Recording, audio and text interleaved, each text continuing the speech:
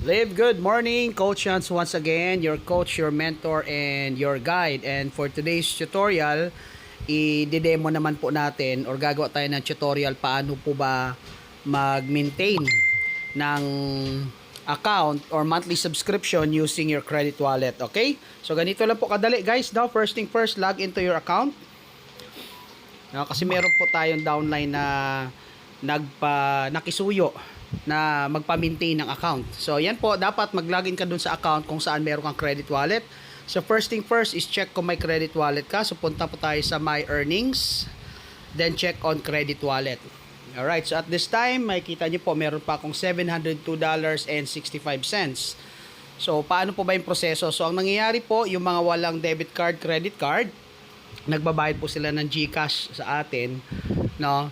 Then, yung payment nila, papasok sa GCash ko. In return, gagamitin ko naman po yung aking credit wallet to pay for their account. So, ipapasok muna natin. First thing first is make sure na meron po kayong Live Good ID number nila. So, ipasok po natin yung Live Good ID number.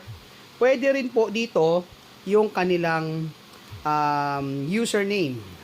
Then, wala na kayong gagawin sa choose credit type. All you need to do is click on continue.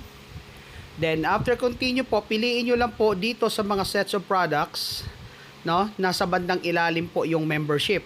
So, punta ka hanggang membership. May dalawang klaseng membership. Yung una po, yung yearly membership which is the $99.95. Pag kayo po kumikita na, I suggest subscribe po kayo ng annual kasi mas tipid po yan ng 2 buwan. Or, at this time, ang gagamitin natin is credit wallet for 1 month, $9.95. Pag na-click nyo na yan, just click on continue. Ayan, ibibigay niya naman sa iyo ngayon yung information ng tao na nagpapa-maintain. Okay? So, at this time, i-cover lang natin kasi ayaw muna niya lumantad.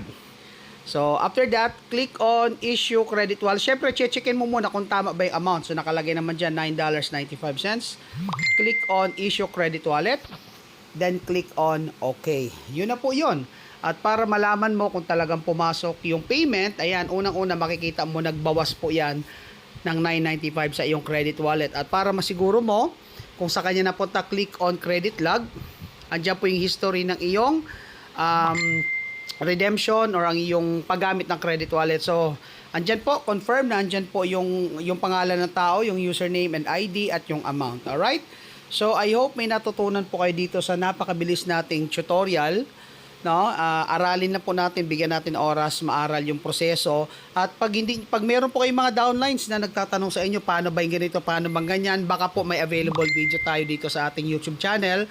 And once again, pag meron pang hindi nakasubscribe, subscribe lang po kay Coach Hans para nagaguide po tayo. Okay, so God bless all. Thank you po ulit sa panunood.